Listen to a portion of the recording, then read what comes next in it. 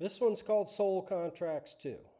After I made a video on soul contracts, I got a million inspirations. And I remembered a few things that I probably could have mentioned in that video. In that video, I kind of talked about how our soul contracts are our soul contracts. And sometimes you kind of need to see them for the amusing way that they're presented. It's a part of higher consciousness. It's a part of accepting the fact that, yes, we're all here in spirit experiencing, a physical life. And the thing I forgot to tell you about as far as soul contracts, let me start with the sad one, okay? These were two near-death experiences, and I haven't studied near-death experiences in 10 or 12 years, but there were two that I remembered. One was his soul progress wasn't progressing. His soul mission, he wasn't progressing on his soul mission. And, he walked into an alley, a bunch of guys jumped out and stabbed him, and it was horrific, man. I mean, he was in the hospital forever. It took him forever to recover from that. But what he found out in that near-death experience was why it happened. And he couldn't figure it out. Man, my life was going along so good. Well, just because your life is good and you might have a good job or good money or whatever, doesn't mean you're progressing in your soul contract. And when you get off your path, trust me, they find a way to put you back on your path. It's happened to me many times, okay? Nothing this horrific, but... So this guy's sitting in the hospital with all of his knife wounds, but he realized that, because he was told and shown, that he had, in his dreams, traveled in his sleep, his soul traveled, and had a meeting back in the soul world. Hey, you're not progressing. So a few of his friends, a few of his soulmates decided, along with him, decided this is how we're going to solve it. We're going to jump out of the darkness and stab you, and that's going to put you back on your soul path. Well, what kind of friend would do that? Soulmates would do that. If you're not progressing on your path, that's how they'll correct you. Think about some of the little things, bad things that have happened to you in your life. And you think, why did those happen to me? You were probably off your soul path. In my instance, it wasn't anything like that, but in my instance, it was a hip replacement. Well, I didn't understand why I had to have a hip replacement and go through all that. The reason I had to do that is because I wasn't on my soul path. In fact, in Louise Hay's healing book, she even shows you that hip pain or chronic hip problems are caused by you not progressing on your soul path. You're not moving forward in your soul development. I remember I was working hard. I was making great money. But yeah, I just wasn't on my path. I wasn't progressing. So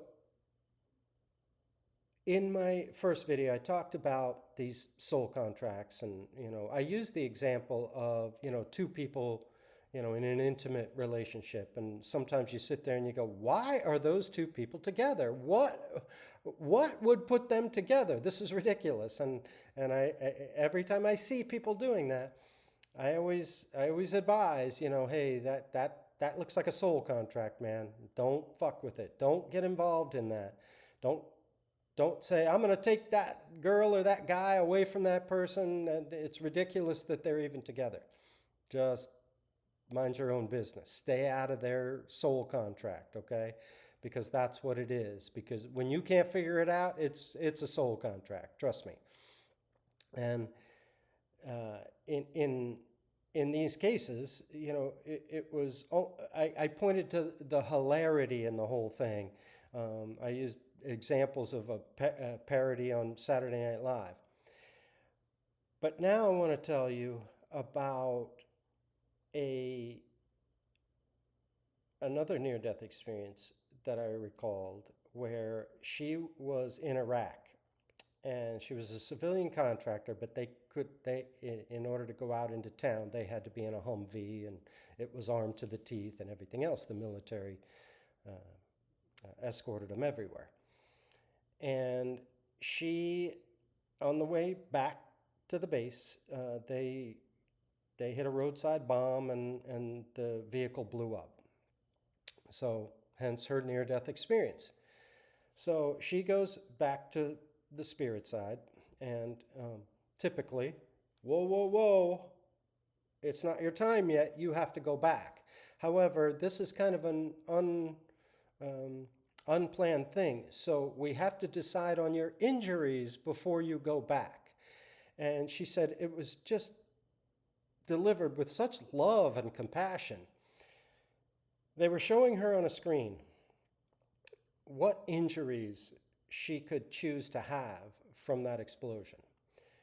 And one, she described, the first one was you lose your left hand.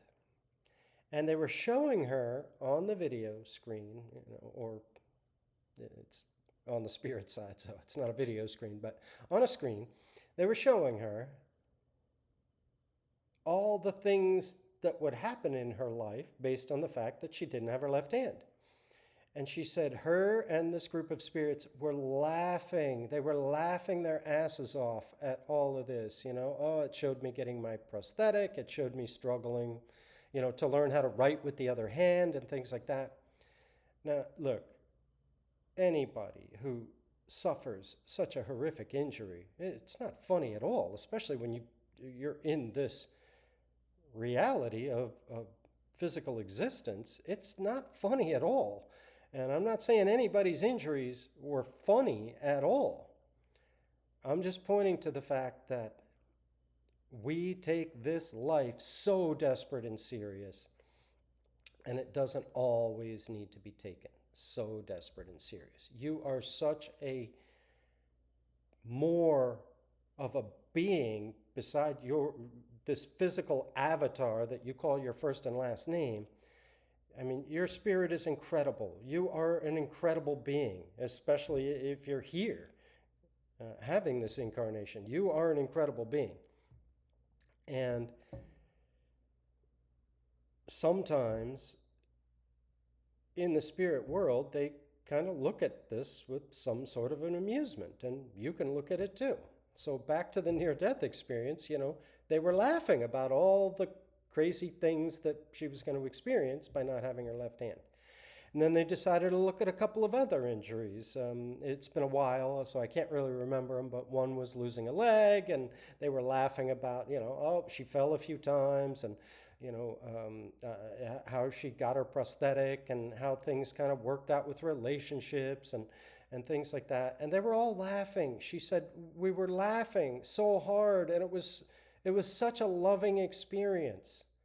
Yeah, but when you come back into this physical reality, as she did, and she's back at the scene of the explosion, back in her body, and now she has to deal with these injuries. I don't even remember which injury she picked because it was so long ago. But this is an example of how not to take life so desperate and serious. Okay, there's been an accident. You lost your left hand. Are you going to lay down and die? Should you give up on life? No. You move forward. I'd be willing to bet you that every single person who's suffered such a horrific injury, they're not laughing about it. But 20 years later, if you ask them about it, they can probably see why this happened and how their life was so blessed to learn all of these wonderful lessons that they learned through this difficult time. You don't learn anything up there. Remember, You're comforted, loved, and understood 24/7 up there. You feel nothing but unconditional love. You don't grow that way. You only grow through hardship. That's why you're here having this experience. This is hard. Take a look at the world out there. It's hard, man. It's not going to get any easier. Well, I'm sorry, it does get easier. I correct myself because once you realize your soul path and you stay on it and you become divinely guided, it's an incredible experience. But while you're experiencing things like that, while I was experiencing my hip replacement, I thought it was the end of the world. Am I ever going to get back to work? Am I ever going to be okay? I was on a walker for 21 days. It sucked. But I know why it was. And by the way, I'm going for a run later today. It's a beautiful day out there. I'm back and I'm on my soul path and I don't have any problems with my hip.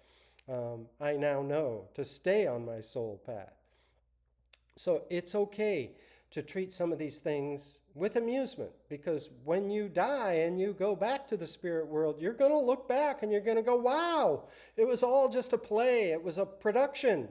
And I can see the actors coming on stage. I can see the people coming into my life to help me experience what I needed to experience in this human incarnation.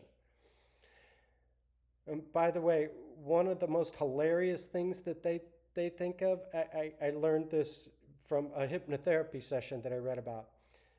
She kept asking them, come on, you guys think some things are funny because they tend to be very serious. And they said, well, we do think it's hilarious how you guys procreate. First of all, they look at us on this earth school and they think we've got a lot of courage just to come here because it's not easy here. When you incarnate other places, you don't forget your soul mission. You know exactly why you went in. Here, you forget everything. It's hard, man. But that's just a part of it. And it's a part of the hilarity, in my opinion, that, they would point out to us and give us that little morsel and say, well, we do think the way you procreate is hilarious because they don't do that in other realms. They don't do that. They probably look down on us flopping around on top of each other thinking this is so hilarious. But remember, they love us, man. They love us more than you'll ever know. Well, you will know when you move on, but they love us. So we're all here. We're all going through the same things. We're all on a different soul path. We're all in a different stage of that soul path. We all have a different soul path. Just remember, when people are having their